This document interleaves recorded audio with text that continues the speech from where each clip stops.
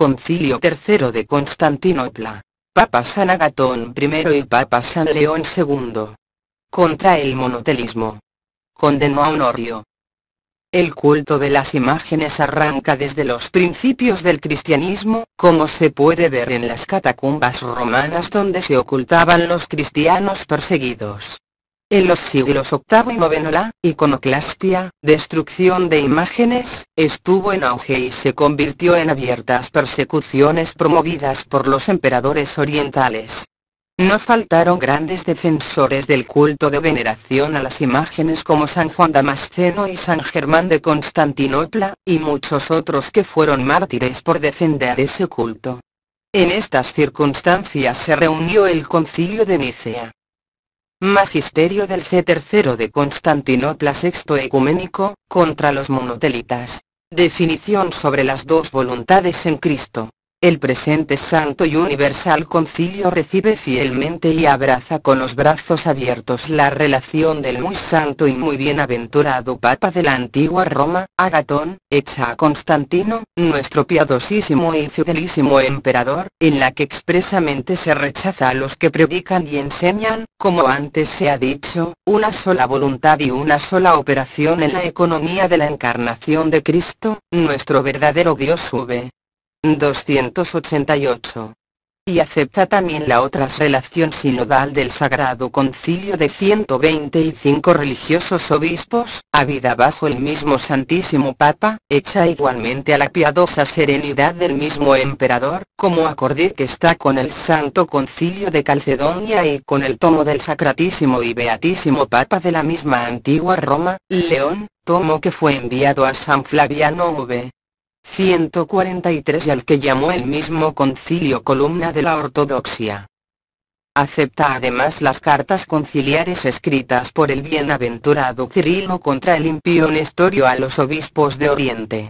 Signe también los 5 santos concilios universales y, de acuerdo con ellos, define que confiesa a nuestro Señor Jesucristo, nuestro verdadero Dios, uno que es de la Santa Consustancial Trinidad, principio de la vida, como perfecto en la divinidad y perfecto él mismo en la humanidad, verdaderamente Dios y verdaderamente hombre, compuesto de alma racional y de cuerpo.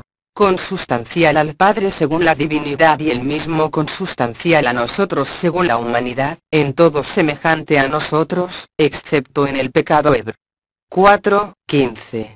Que antes de los siglos nació del Padre según la divinidad, y él mismo, en los últimos días, por nosotros y por nuestra salvación, nació del Espíritu Santo y de María Virgen, que es propiamente y según verdad Madre de Dios, según la humanidad. Reconocido como un solo y mismo Cristo Hijo Señor unigénito en dos naturalezas, sin confusión, sin conmutación, inseparablemente, sin división, pues no se suprimió en modo alguno la diferencia de las dos naturalezas por causa de la unión, sino conservando más bien cada naturaleza su propiedad y concurriendo en una sola persona y en una sola hipóstasis, no partido o distribuido en dos personas, sino uno solo y el mismo Hijo unigénito, Verbo de Dios, Señor Jesucristo, como de antiguo enseñaron sobre él los profetas, y el mismo Jesucristo nos lo enseñó de sí mismo y el símbolo de los santos padres nos lo ha transmitido con Calc. 148. Y predicamos igualmente en él dos voluntades naturales o quereres y dos operaciones naturales, sin división, sin conmutación, sin separación, sin confusión, según la enseñanza de los santos padres. Y dos voluntades, no contrarias, Dios nos libre. Como dijeron los impíos herejes, sino que su voluntad humana sigue a su voluntad divina y omnipotente, sin oponérsele ni combatirla, antes bien, enteramente sometida a ella. Era, en efecto, menester que la voluntad de la carne se moviera, pero tenía que estar sujeta a la voluntad divina del mismo, según el sapientísimo Atanasio. Porque a la manera que su carne se dice que es carne de Dios Verbo, así la voluntad natural de su carne se dice y es propia de Dios Verbo, como él mismo dice.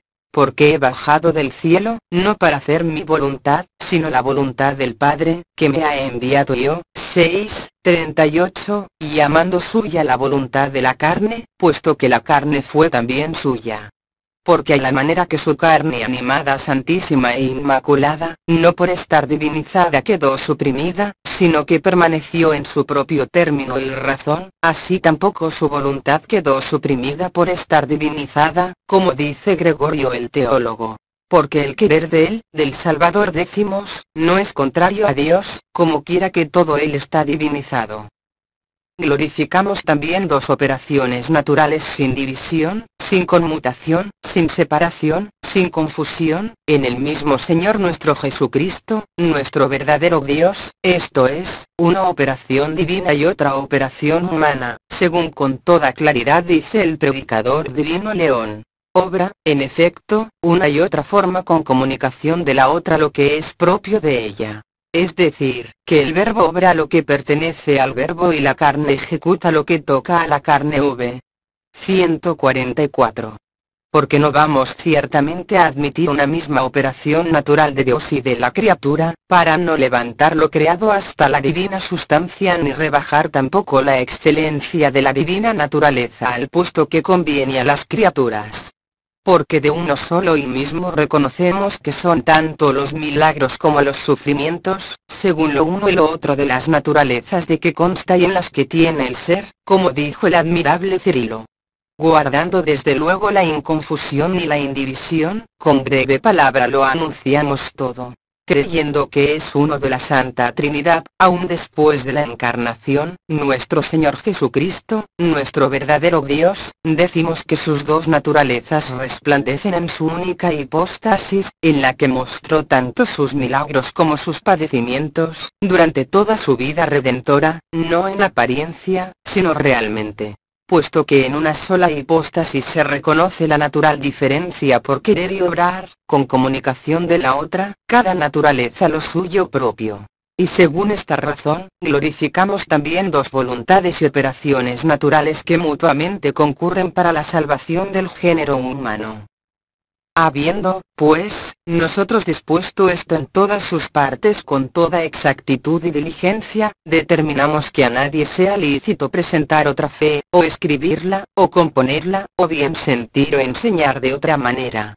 Pero, los que se atrevieren a componer otra fe, o presentarla, o enseñarla, o bien entregar otro símbolo a los que del helenismo, o del judaísmo, o de una herejía cualquiera quieren convertirse al conocimiento de la verdad, o se atrevieren a introducir novedad de expresión o invención de lenguaje para trastorno de lo que por nosotros ha sido ahora definido. Estos, si son obispos o clérigos, sean privados los obispos del episcopado y los clérigos de la clerecía. Y si son monjes o laicos, sean anatematizados.